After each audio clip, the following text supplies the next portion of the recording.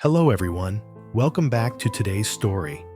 In this episode, we witness one of the darkest and most heartbreaking turns in Diep and Little Nhi's lives.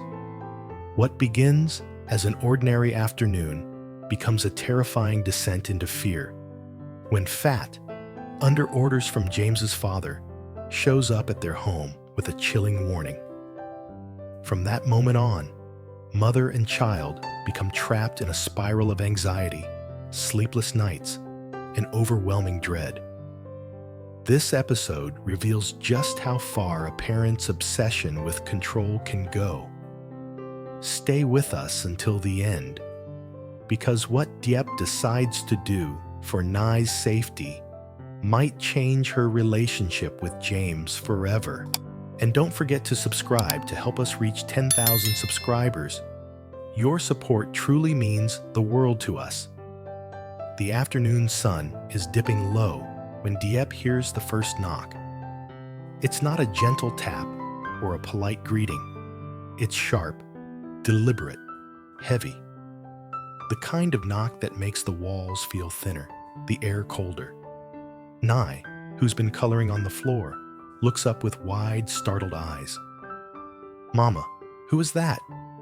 Diep forces a smile, but her hand shakes as she sets down the pot she was stirring. "Probably a neighbor," she says softly. But even as she says it, something deep inside her twists. Because no neighbor knocks like that. When she opens the door, the last person she wants to see is standing there. Phat. He's leaning against the wooden frame as if he owns it, one hand in his pocket, the other holding a half-lit cigarette that sends a thin ribbon of smoke into the fading light. His eyes flick past her into the house, cold and assessing. Diep stiffens instinctively. "What are you doing here?" Phat smirks, stepping in before she can block him. "Relax. I just came to talk." She closes the door behind him, her back pressing against the wood for stability. Nhi clutches her drawing and hides behind her mother's leg, peeking at the stranger who feels like a storm entering their living room. Phat scans the small space. The worn sofa, the neatly folded blankets, the little shelf filled with Nhi's cheap crayons and schoolbooks. Something unreadable moves across his face, then vanishes. He drops onto the chair as if he's been invited. "Nice place," he mutters, though it sounds more like mockery than a compliment. Diep stays standing. "Say what you came to say." He takes a drag from his cigarette, ignoring the discomfort in her eyes. Smoke curls through the room, sinking into the air like poison. "All right," he says. "I'll make it simple." He leans forward, elbows on his knees, voice dipping into something darker. Something that makes Nhi retreat even further behind Diep. "James's father paid me to warn you. Paid a lot." Diep's heart drops. "Warn me about what?" Phat taps the cigarette ash onto the floor without caring. "If you don't leave James, you're not the only one who'll get hurt." For a moment, Diep forgets how to breathe. The room spins. Her hand automatically reaches back, covering Nhi's head protectively. Her voice comes out thin, cracked. "Are you threatening us?" "I'm not threatening you," Phat replies calmly. "I'm telling you what's already been set in motion. Men were paid. Plans were made. His father doesn't want you around, and he doesn't care how far he has to go." The words hit her like icy water poured over her spine. A trembling wave rises in her chest, spreading into her limbs. Nhi presses her face into her mother's shirt. "Mama." Diep rubs her back, but her own hands are unsteady. "It's okay, baby. Go to your room for a moment."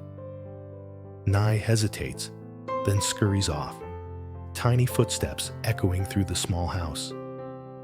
When the bedroom door clicks shut, Diep spins toward Phat, but fear and anger are warring violently inside her. "You shouldn't have come here," she says. Her voice is shaking, but her eyes burn. "You shouldn't say things like that in front of a child." Phat shrugs. "Better she hears it now than suffers later. Get out." "No." He stands slowly, the chair scraping the floor. "Not until you understand. Love doesn't put food on the table. Love won't save you when things get ugly. Only money does. Only power does." Diep's nails dig into her palms. "I don't want your lectures." "James is too soft," Phat continues. "Too emotional. His father knows it. That's why he's doing this, because he thinks you're a weakness that needs to be removed." Diep's voice cracks. "Why are you doing this? You were supposed to be his friend." Phat gives a hollow laugh. "I am. That's why I'm here instead of those men his dad paid. I'm trying to make you understand. If you stay with him, you and that little girl will be in danger." Diep takes a step back, bumping into the wall. Her breath stutters in her chest. She imagines Nhi's small hands, her sleepy smile every morning, her drawings taped up above the bed, family pictures with James holding their hands. She swallows hard. "I will not leave him, and I won't let anyone hurt my daughter." Phat tilts his head, as if he's looking at a child who refuses to learn. "You're choosing the harder path," he says. "You will regret it." Diep lifts her chin, though tears threaten to spill. "No matter what his father does, I'm staying with James. That's the truth." Phat steps closer, and the smoky bitterness of his breath hits her face. "Love is stupid," he says coldly. "Whoever loves more loses. And right now, you're losing. You have nothing. He has everything. A has value. B has value. That's all life is. Stop pretending your feelings change anything." Diep flinches, but then something fierce lights inside her chest. "You know nothing about what we have," she says softly. "One day, you'll understand. One day, someone will make you protect them the way I protect my child and James." For a moment, just a fleeting moment, something flickers in Phat's eyes. Hurt, regret, a shadow of a memory. But it vanishes quickly, buried under his usual hardness. "If I were a woman," he mutters, "maybe I'd love James too. But this isn't a joke. This is my last warning." He moves toward the door, pauses, and delivers the final blow without looking back. "Be careful. Danger is closer than you think." Then he steps out, the door slamming behind him. The impact rattles the thin walls, and Diep's knees almost buckle. She stands there for a long moment, chest heaving, trying to swallow the terror clawing at her insides. Her hands shake uncontrollably. Her skin feels cold. Her thoughts spin so fast they blur into static. Finally, she opens the bedroom door. Nhi rushes into her arms, trembling. "Mama, I'm scared." Diep hugs her tightly, burying her face in her daughter's hair. And for the first time in months, she feels something break inside her, a brittle piece of her strength cracking under the weight of fear. But even through the panic tightening her throat, a new vow forms quietly, fiercely. As long as I'm still alive, no one will touch my child. She looks out the window at the darkening road, where Phat's shadow has already disappeared. The sun is sinking fast, painting the dust in shades of red and gold. Beautiful, but ominous. Diep swallows hard and whispers, "We'll survive this. I promise." Night settles over the village like a heavy blanket. But inside Diep's small house, nothing feels calm. Shadows cling to the corners, and every faint sound, the wind against the window, the distant barking of a dog, makes her flinch. Nhi sits curled on the bed, knees hugged tightly to her chest, eyes red and unfocused. She hasn't spoken a word since Phat left. Diep kneels beside her, brushing a strand of hair from her face. "Sweetheart, do you want some warm milk?" Nhi barely shakes her head. Her tiny fingers grip the edge of her blanket, as if letting go might make the world fall apart. Diep's heart twists painfully. She's seen children scared before, but this hollow, silent fear is something else entirely. Something caused by a danger no child should ever have to understand. She hugs her daughter again and again, but Nhi only trembles in her arms. By the time the old village clock strikes 9, Diep feels the exhaustion behind her eyes. The kind that isn't from work or chores, but from fear burrowed deep into her marrow. She lets Nhi fall asleep in her embrace, but even in sleep, the little girl whimpers, her breath hitching with nightmares. When Diep finally stands up, her legs feel like they belong to someone else. She closes the bedroom door slowly, giving one last look at the small, fragile body curled beneath the blanket. A child who once laughed at raindrops, who turned grocery lists into drawings, who ran to James like he was the sun. Now she sleeps as though the world has turned into something sharp. Diep steps outside onto the small porch. The night air is cold enough to sting. She wraps her arms around herself and looks up at the dark sky. "He really won't stop," she whispers. "James's father. He'll do anything." The memory of Phat's voice repeats in her head. "If you stay with him, you and that little girl will be in danger." Men were paid. His father doesn't care how far he has to go. She closes her eyes, but the words remain, lodged deep like thorns. A single thought rises above the rest, terrifying but impossible to ignore. What if he's right? What if staying with James puts Nhi in real danger? Her chest tightens, and she shakes her head violently, as if trying to dislodge the idea. "No," she mutters. "I won't let him decide my life." But the fear has already sunk its claws into her thoughts. She walks back inside and sits at the edge of the living room, staring at the wall where Nhi's drawings are taped. One shows James holding both of their hands, a family drawn in childish lines but full of hope. That drawing makes her throat sting. How do I tell her that the man she calls Daddy James might be the reason danger comes to our door? How do I choose between love and safety? She buries her face in her hands. Minutes pass, maybe hours.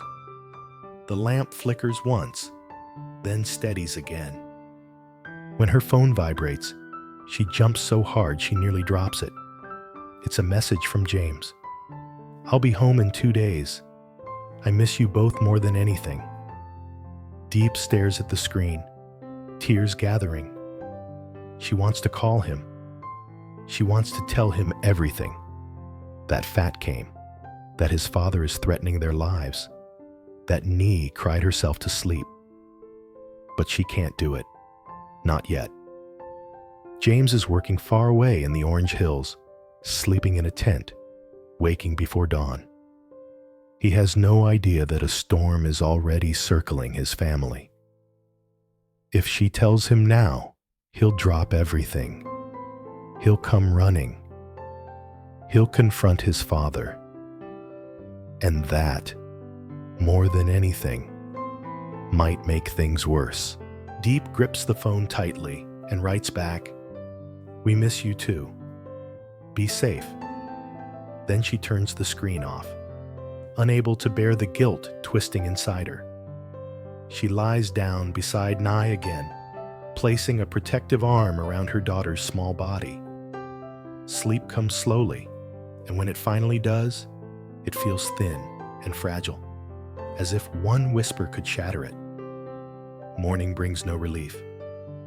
Nhi wakes with dark circles under her eyes. She doesn't ask for breakfast, doesn't touch her toys. She keeps glancing at the door, as if expecting Phat to burst in again. When Diep touches her forehead, the little girl recoils, panic flashing across her face. "Mama, are those men coming?" she whispers. Diep pulls her close. "No, baby. I'm right here. Nothing will happen to you." But even as she says it, the uncertainty coils in her chest like smoke. She takes Nhi outside to breathe the morning air, hoping the sunshine will ease her fear.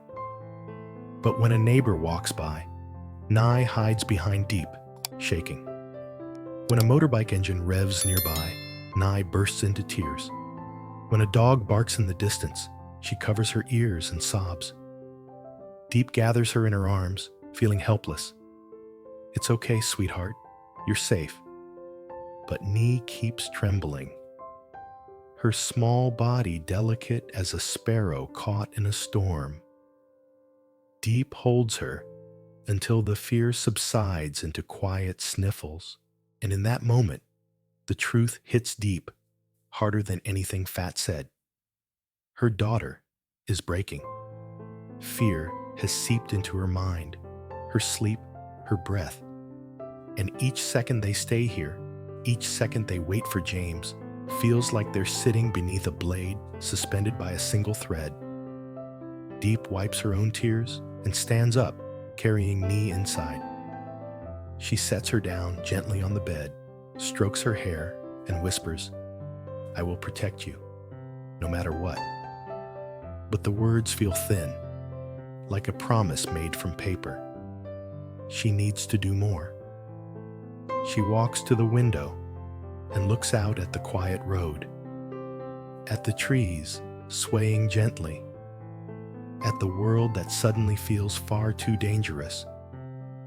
Then she makes a decision. She begins packing. Just a few clothes, a small bag for Nhi, the rent envelope, some food for the road, the toothbrushes, Nhi's favorite sweater. She leaves the family drawing on the wall. Looking at it now hurts too much. As she zips the bag shut, her entire body trembles. Leaving means she won't be here when James returns. Leaving means running without telling him why. Leaving means tearing apart the one happiness Nhi still has. But staying means risking the unimaginable. Diep picks up the bag. Her breath catches in her throat. She whispers to herself, trembling, "I'm not running from him. I'm running from the danger he doesn't know exists." She looks at Nhi gently. "Baby, we're going somewhere safe for a while. Just us." Nhi nods slowly, still scared, still fragile. She grabs Diep's hand tightly and doesn't let go. Together, they step outside into the rising morning light. Quiet, heavy, uncertain. The road ahead is long, but Diep walks with a fierce, trembling determination. Behind them, the little house stands silent. Ahead of them, fear and hope both wait. Somewhere far away, James has no idea the two people he loves most are slipping out of his life to escape a nightmare he never knew his father created. Diep looks at Nhi and squeezes her hand. "As long as I'm with you, you will never be alone." And with that, mother and daughter take their first step into the unknown.